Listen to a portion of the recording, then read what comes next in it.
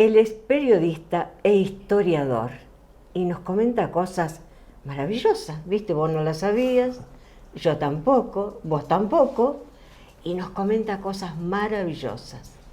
Le damos la bienvenida y le preguntamos ¿de qué nos va a hablar hoy especialmente?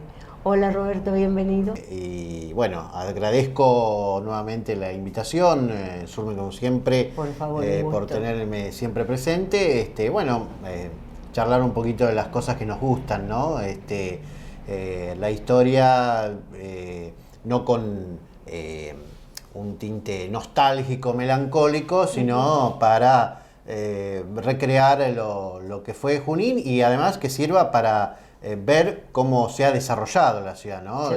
En este camino de los 200 años, hacia los 200 años que estamos viviendo, cómo Junín fue dejando de ser primero ese fuerte, después el pueblo, para irse convirtiendo ya desde mediados de la década, mediados del siglo XX en lo que es hoy, ¿no? Y hablamos un poquito de, precisamente, nos remontamos un poco más a 120 años, más o menos, década de 1900, en esa transición que decíamos de pueblo a ciudad, incipiente porque todavía había muchísima calle de tierra. El empedrado llegó muy cerca del Centenario, por la década del 20, empezaron a empedrarse las calles principales. Podemos ver fotografías, por ejemplo, en 1927, cómo se colocaba el empedrado en lo que es el Molino Tazara, ¿no? Hay fotos, todo lo que hoy es un hotel por allí, la plazoleta. En 1927 estaban colocando todo lo que era el empedrado, ¿no? Y en 1900, decíamos, encontramos esa transición de pueblo a incipiente ciudad. Todavía costaba mucho ese cambio.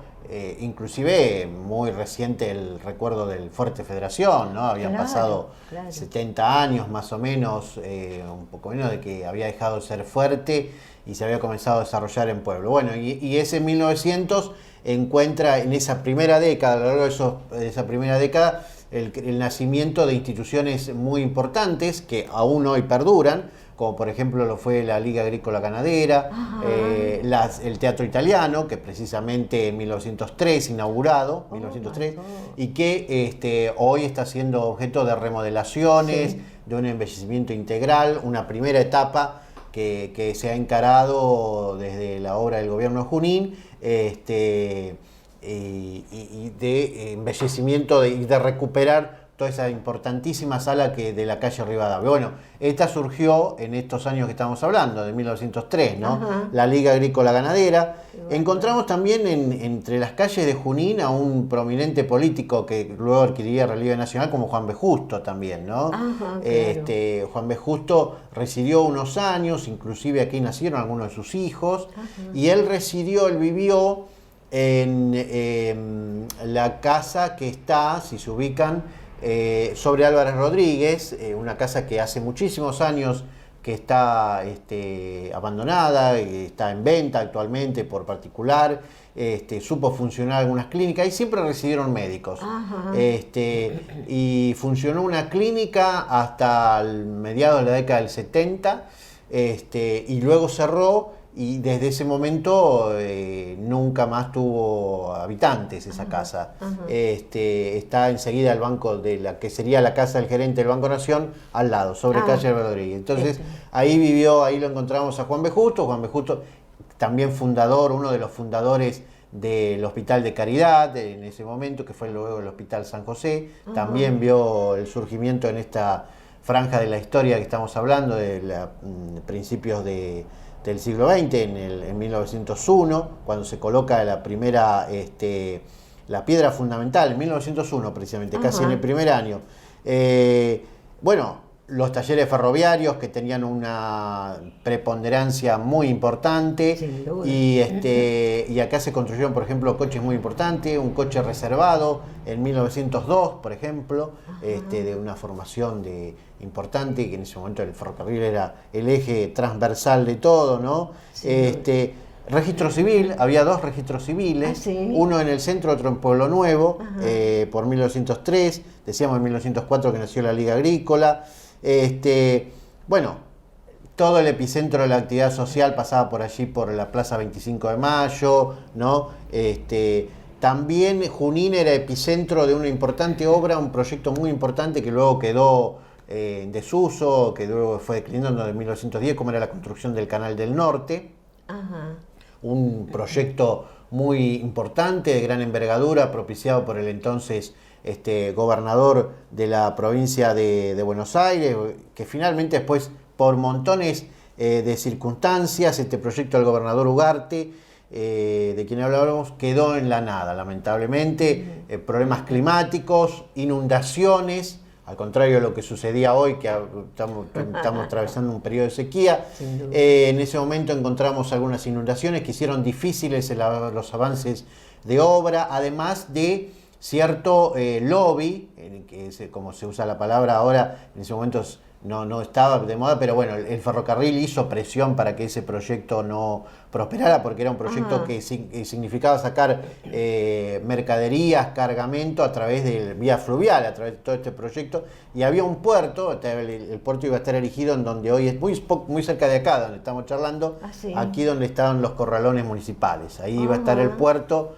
de Junín del Canal del Norte, ¿no? Que tenía toda su desembocadura, seguía un poco el desarrollo del río Salado, finalmente por muchas cuestiones, como decíamos, la presión ferroviaria, problemas técnicos, problemas de infraestructura, el tema climático con inundaciones, etcétera, hicieron inviable ese proyecto. Claro. Y en 1910 se abandonó. Aún quedan algunos vestigios por la zona del Boliche Amarillo, que se pueden observar de lo que fue ese proyecto, que de haber prosperado hubiera sido muy significativo también, sin duda, ¿no? Sin duda.